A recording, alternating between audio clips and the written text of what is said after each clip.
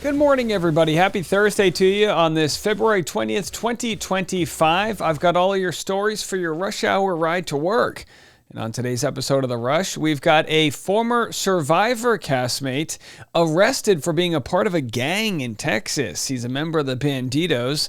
I'll share that story. Plus, Artem Chigvintsev from Dancing with the Stars speaks publicly for the first time following his being arrested for domestic violence. As we have found out, he has not been charged with any crimes, but he discusses how it essentially has ruined his professional life. Also, Blake versus Justin. I've scoured the internet to find people who are supporting Blake Lively's latest amended claims. They are few and far between. I'll share some of them. And New York City tolls have been removed. The hotbed tolls that went into effect just a few months ago. I've got updates from what the governor of New York has to say about this overreach of power, as they're calling it. Plus, speaking of overreach, the Illinois governor has a powerful speech about standing up to the tyranny that is going on in our government right now. And also, with that said, some people have buyer's remorse. So I'll be sharing just exactly where they feel like the promises have fallen short and a conversation about what to do moving forward. All right, I got a lot to get into, all that and more. It's all coming up next on The Rush. Well, no immunity idols are going to save Brandon Hance. He was arrested in a gang takedown, getting charged with racketeering, arson, and I guess other charges. He was in Survivor. You might remember him. He was the nephew of one of the favorite villains, Russell. Well, a U.S. Attorney's Office for the Southern District of Texas unsealed a 22-count indictment Wednesday, charging him with a variety of crimes. And I just hope if this is a jury trial, I hope if the jury charges him, they say the tribe has spoken. I don't know if they're allowed to bring a tiki torch in, but maybe they could just snuff it out. Can we get Jeff Probst there? Either way, I mean, I feel bad for the guy to be sucked into, an illegal crime ring, but hey, I mean, that's the life he chose. All right, well, Artem Chigvintsev of Dancing with the Stars, we've covered him for several months now.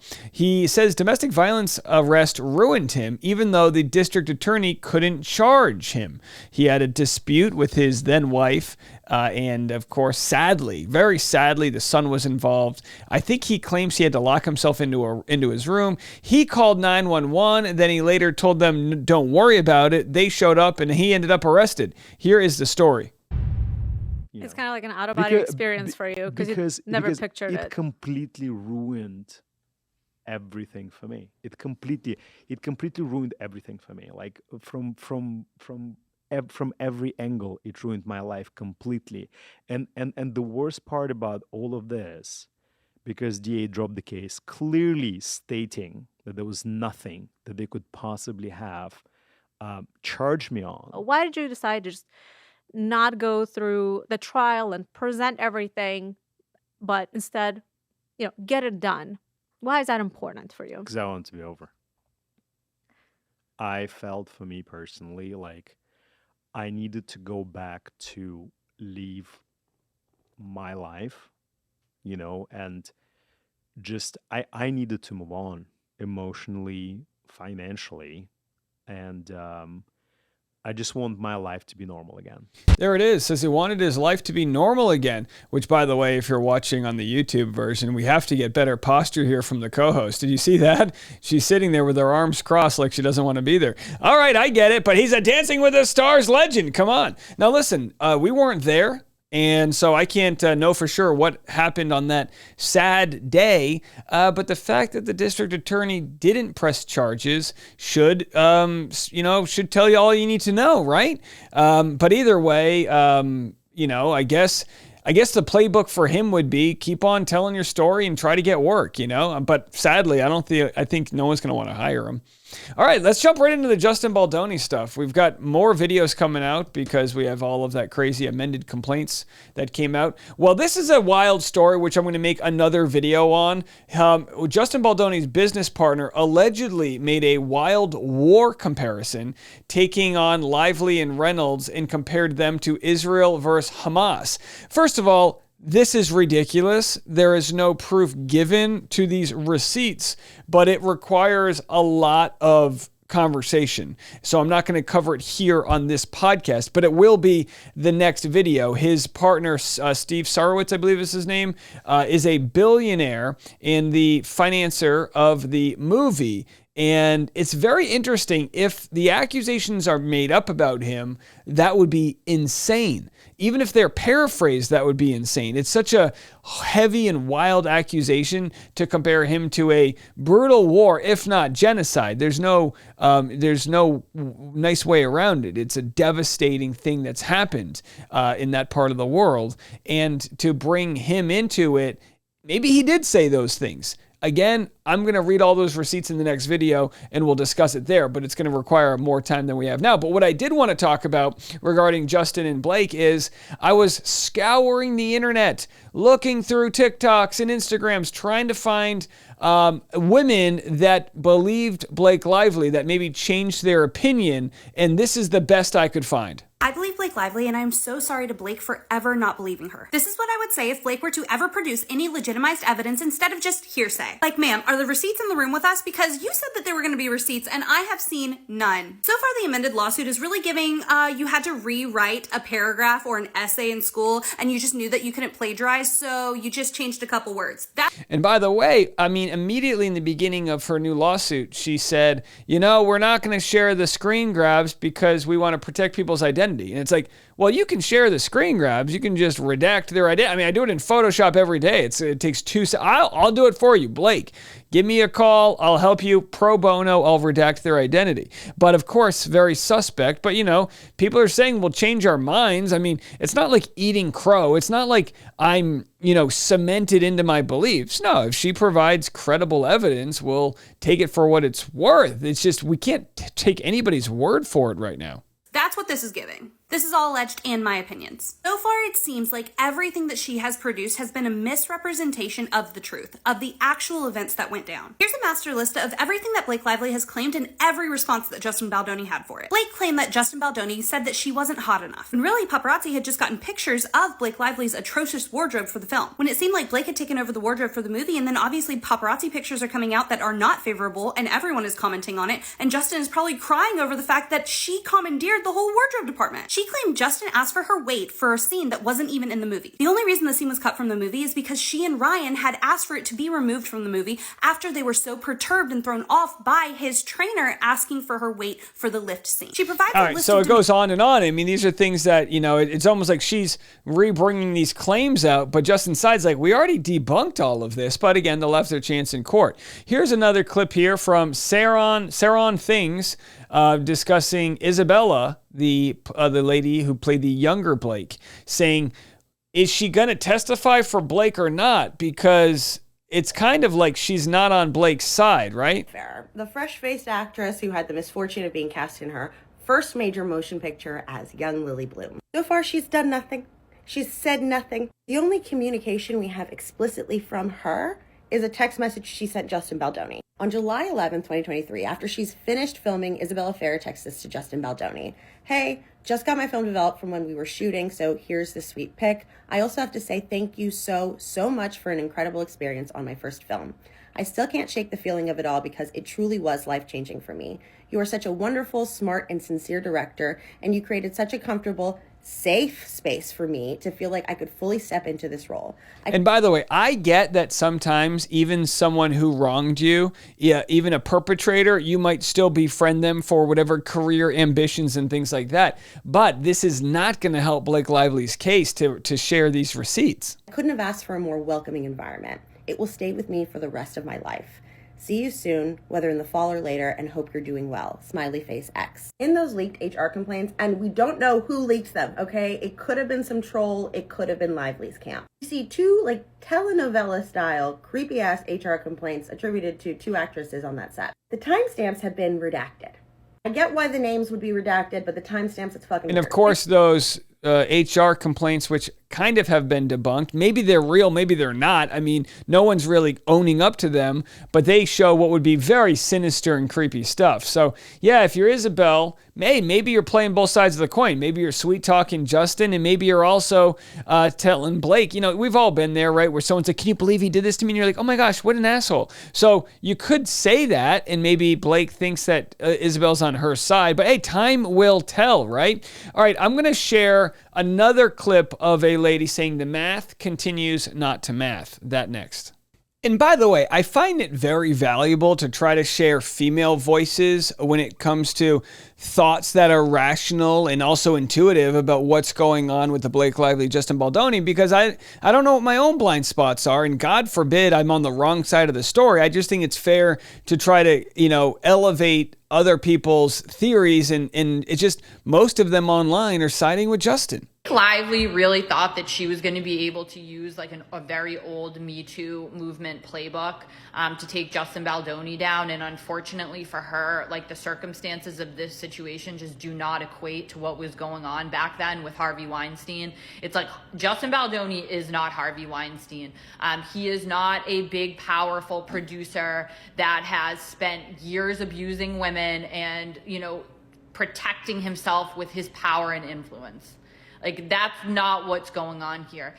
When you consider all of the players in this, Justin Baldoni has the least amount of star power. So to insinuate that during the filming of this movie that everybody was like so scared of him on set and like couldn't talk to him, like she's literally saying like people were scared to talk. I was even scared to talk to him.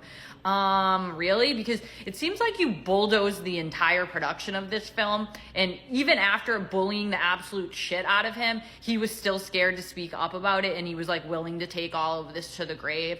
Yeah, that's what it comes down to, right? She's sharing this experience, and the text messages just don't really line up with that. All right, in our last clip here, an unearthed video from a Disney Plus interview from, I guess, a movie called Clouds. They speak of Justin Baldoni. Sabrina Carpenter and Madison Eastman talked about Justin in a 2020 interview. This was unearthed and just came online. I wanted to share it with you. Justin, what did he bring to this creative process to help you guys to really get into Zach's journey? Everything. I mean, that man has a lot of heart and emotion. He really is. I don't think anyone else could have done this. He had a hard job. There was a lot of things to establish and a lot of, you know, emotions to be felt throughout the film. And yeah, like Maddie said, no one else could have done that. No one else could have made us also feel secure enough to give the performances that we did, and our editors and our cinematographer. Like, I love the way the movie's shot. It looks so beautiful. It makes everything come to life. All right, so I mean, they go out of their way to explain how safe he is. And look, I'm not pimping for Justin. I got no stake in the game here, but you know, when people send me these things, I like to share them with you. All right, we're gonna move it out of there. Again, next video coming up, a bigger deep dive into the billionaire backer for Wayfair and the very serious accusations against him. So we'll have that next. But first, here we have former governor of New Jersey. What's the difference? Chris Christie, also former presidential hopeful Chris Christie, saying he's dismissing the prosecution against the New York City Mayor Eric Adams as extremely dangerous. As you know, we've been covering this where the Department of Justice, DOJ, says drop the charges, but of course the worry is that it's a quid pro quo. Here's what Republican Christie has to say. I wrote a column today about the decision to dismiss the charges without prejudice against Eric Adams that were brought by the Department of Justice and the Southern District of New York. I think this is an extraordinarily dangerous decision made by the Justice Department. I'm not even sure the judge will approve what they've done. And it really is not ending weaponization in the Justice Department. It's just turning the weaponization in another direction. It's the wrong thing for the Justice Department to do. And look, I just think it's good to be sharing some of these different voices out there saying, hey, this is not protocol. This is wrong. Now, what I'm about to share with you is pretty heavy, but I think it's very interesting, a little buyer's remorse. It is a lady that was, I guess, speaking at a Trump rally, explaining why she was voting for Donald Trump. And then right after that, the next clip will be her explaining why she regrets it.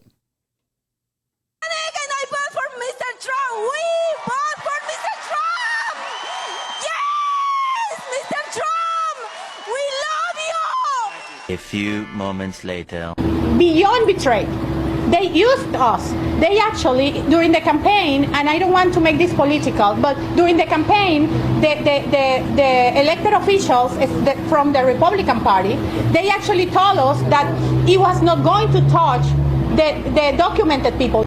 Yeah, so a lot of people obviously felt misused by campaign promises, and it's only been about a month or so of office, actually a month today, and people are starting to see the receipts of those sort of fallen promises.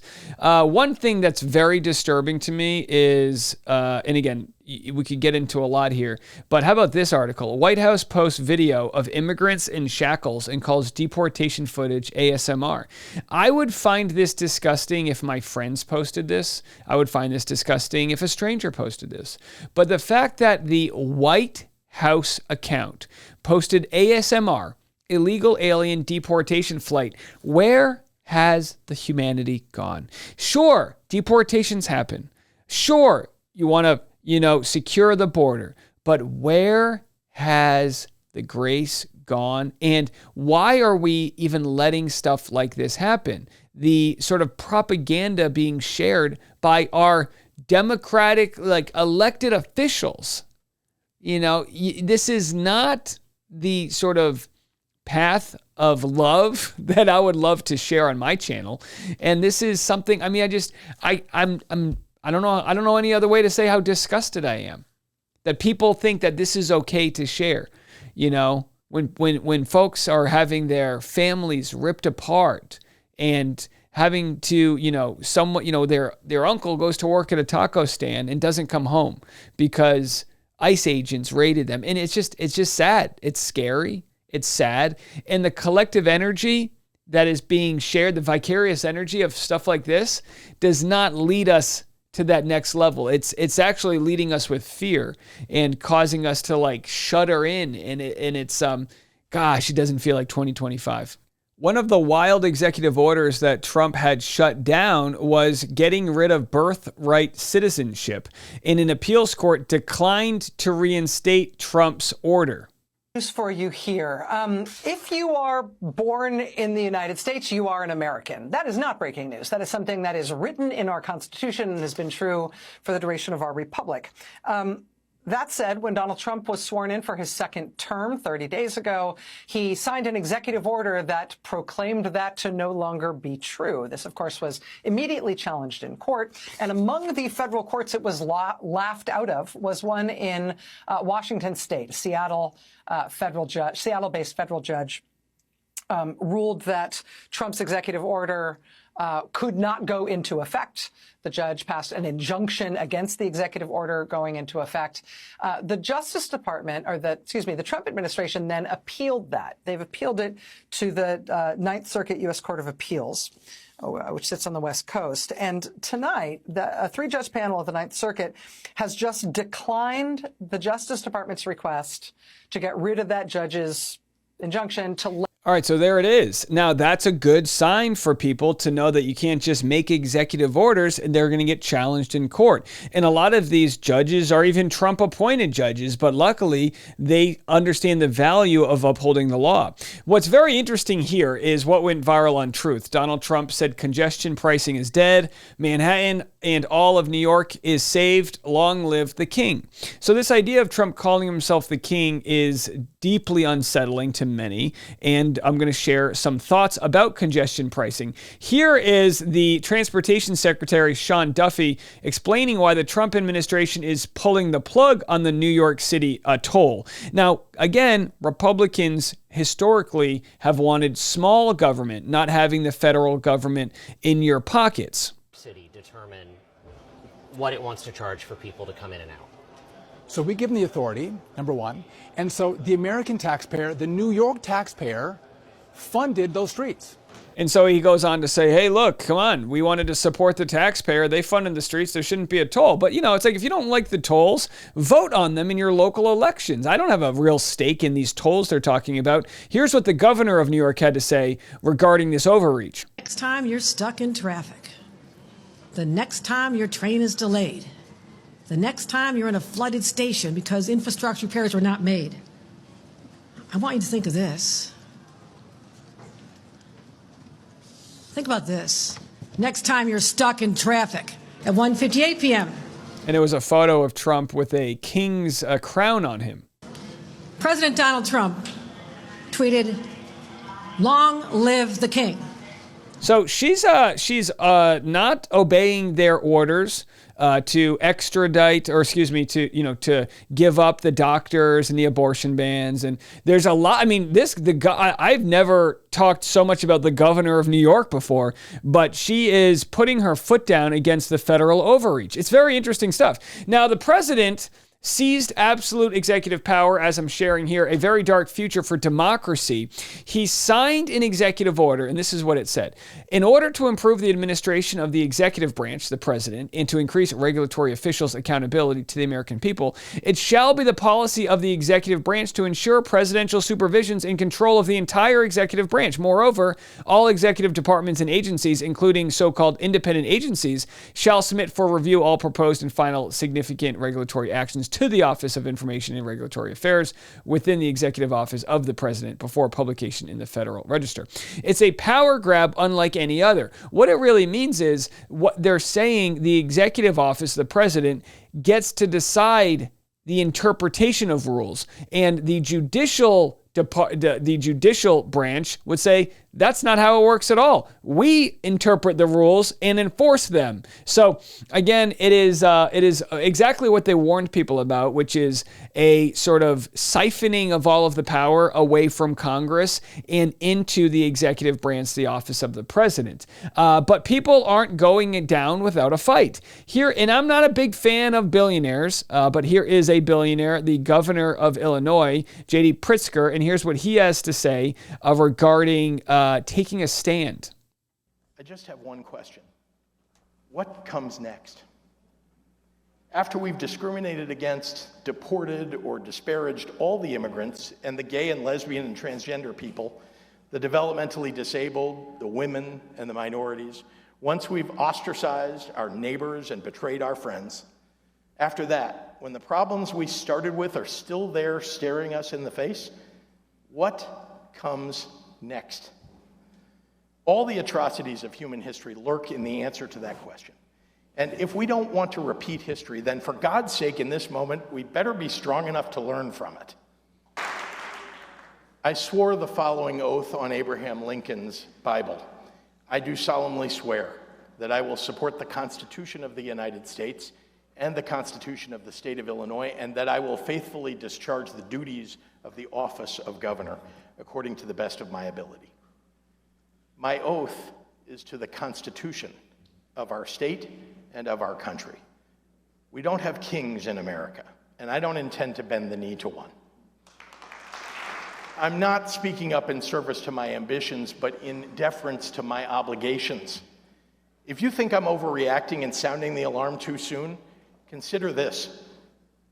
It took the Nazis 1 month, 3 weeks, 2 days, 8 hours, and 40 minutes to dismantle a constitutional republic. And all I'm saying is that when the 5-alarm fire starts to burn, every good person better be ready to man a post with a bucket of water if you want to stop it from raging out of control. Powerful stuff. And some will say, oh, you're comparing him to that? Well, in this world we live in, will he follow the orders of these courts that are striking down his executive orders?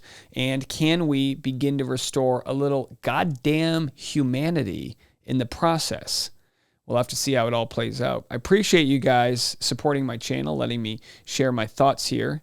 And we'll have a lot of content coming your way today, so stick around. I'm Dave Neal, and this is The Rush.